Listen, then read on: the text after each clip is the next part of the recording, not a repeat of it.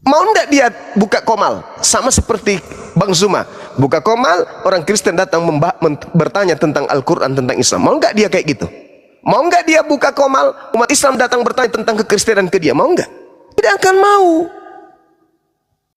Oleh karena itulah kemudian, ya adik-adik sekalian, termasuk adik saya Ustaz Yusuf, kalau mendengarkan ini, mohon ya sesuai dengan pembicaraan kita tadi di belakang, jangan lagi diberi ruang setan ini untuk menghujat kita, menghujat Nabi kita. Jangan. Jangan sekali-sekali. Saya justru sarankan kalau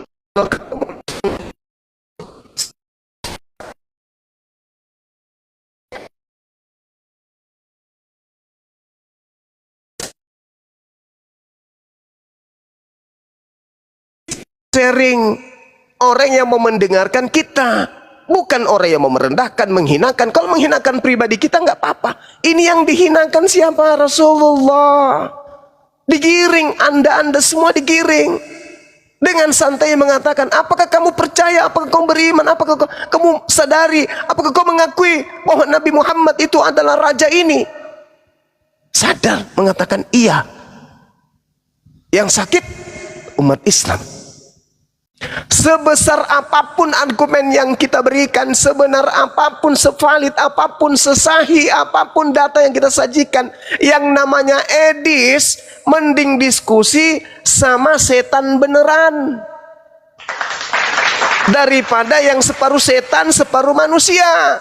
Karena dia memiliki dua kelicikan, kelicikannya sebagai orang kafir dan kelicikannya sebagai iblis. Itu sama halnya kamu, anda semua sedang menghadapi 1000 setan. Jadi nggak perlu, silakan Anda berapologet, silakan. Tak boleh berhenti berapologet itu.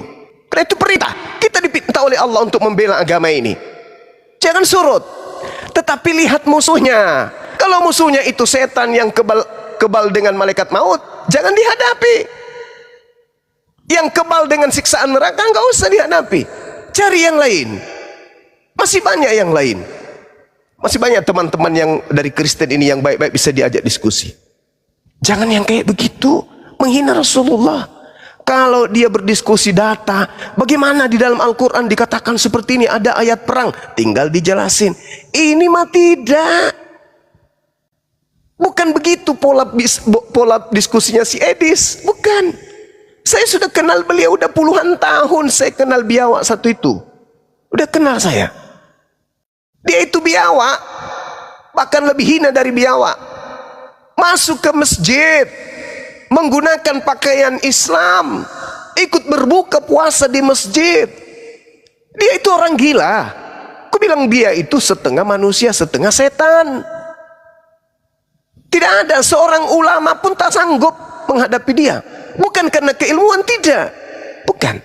Karena metodenya, retorikanya itu tidak peduli benar salah. Tujuannya yang penting menghujat, menista. Seorang ulama pun tidak akan pernah bisa menang menghadapi dia berdebat. Tidak ada. Apalagi kita ini. Tidak akan. Andai saja Edis itu mau diskusi ilmiah, saya tantang. Saya orangnya, meskipun dengan keterbatasan ilmu, saya tantang dia udah berapa kali. Mari kita offline. Silakan bawa narasi yang kamu punya tentang Islam. Saya tantang Anda. Itu kita offline aja. Tatap muka langsung.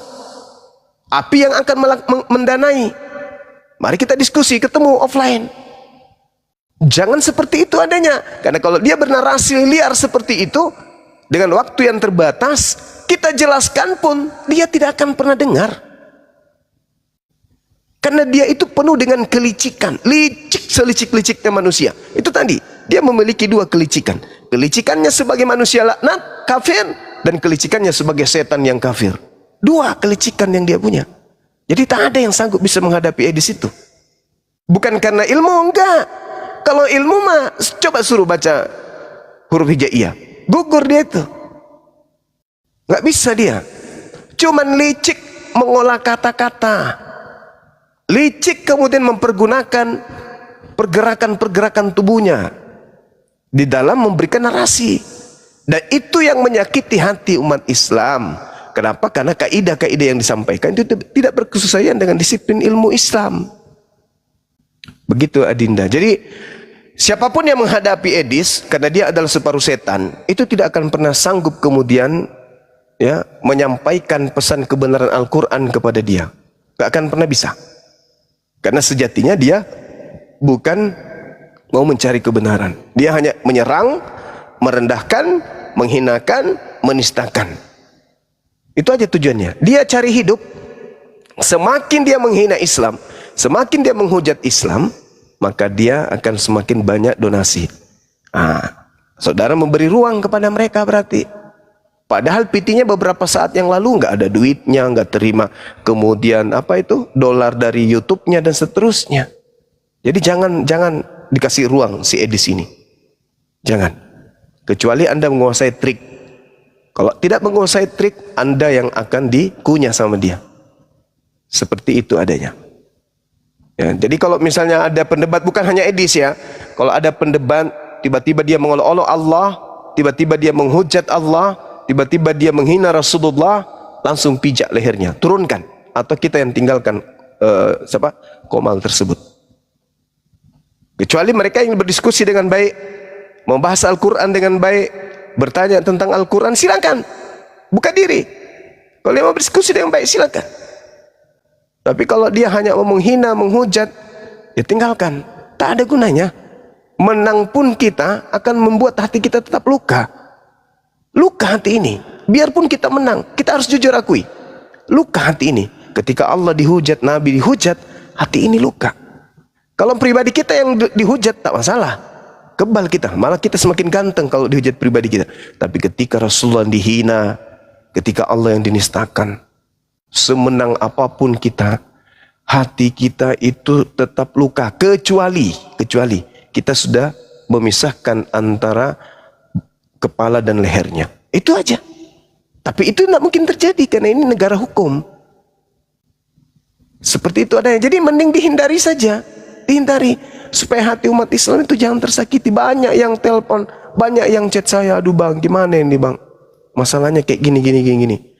Nah inilah yang terjadi. Jadi silakan jangan pernah surut, tetap belajar, semangat tinggi untuk mengkaji dan kemudian melakukan pembelaan terhadap akidah kita. Saya tidak mengharapkan ada adik saya di lapangan kemudian surut dakwanya karena teguran-teguran seperti ini. Wajar kalian ditegur, selayaknya saya juga ditegur. Saya malah di sidang, ada beberapa kemudian orang-orang hebat yang mengaku dirinya ulama saat itu, saya di sidang. Gara-gara saya mengatakan Yesaya 9 nomor 6 itu. Saya iyakan, saya disuruh syahadat, saya syahadat. Disuruh apapun, kalau saya disuruh sujud, saya sujud. Disuruh mandi 7 sumur pun saya ikutin. Demi kebaikan, tak masalah. Saya ditegur demi kebaikan, tak masalah. Artinya saya dicintai, artinya saya disayangi. Tapi kalau dibiarkan saja berarti saya sudah tidak dianggap lagi seperti Silo Gila. Silo Gila itu dia mau apain saya, terserah dia. Kan sudah ada lagi rasa cinta dalam hati ini terhadap dia. Ayam katek bang. Ya udah lepas. Dia mau ngapain pun. Dulu kekuatan yang datang kemudian ya bergemuruh ke Bang Suma. Ayo bang, saya ini dari sini. Saya punya wewenang, saya gini-gini. Saya proses ya. Jangan bang, kasihan istrinya. Ada lagi yang datang. Berapa biaya yang dibutuhkan untuk ini? Jangan bang, kasihan anak-anaknya. Sampai 3 pekan lalu, wallahi, sudah ketika dia di Medan, datang tawaran ke saya. Wallahi. Bahkan tawaran dari ormas, tawaran dari ini. Apa yang saya katakan? Jangan sekali-kali sentuh. Jangan kau gugurkan sehelai bulunya pun. Biarkan proses hukum ini berjalan. Gitu. Ya, saya hanya ingin jumpa sama dia. Itu impian saya. Saya mau ketemu sama si logika ini. Impian saya mau ketemu, saya mau live kan, saya mau bertanya. Terkait fitnahannya, memerintahkan dia injak Bible. Ini yang saya ingin kejar.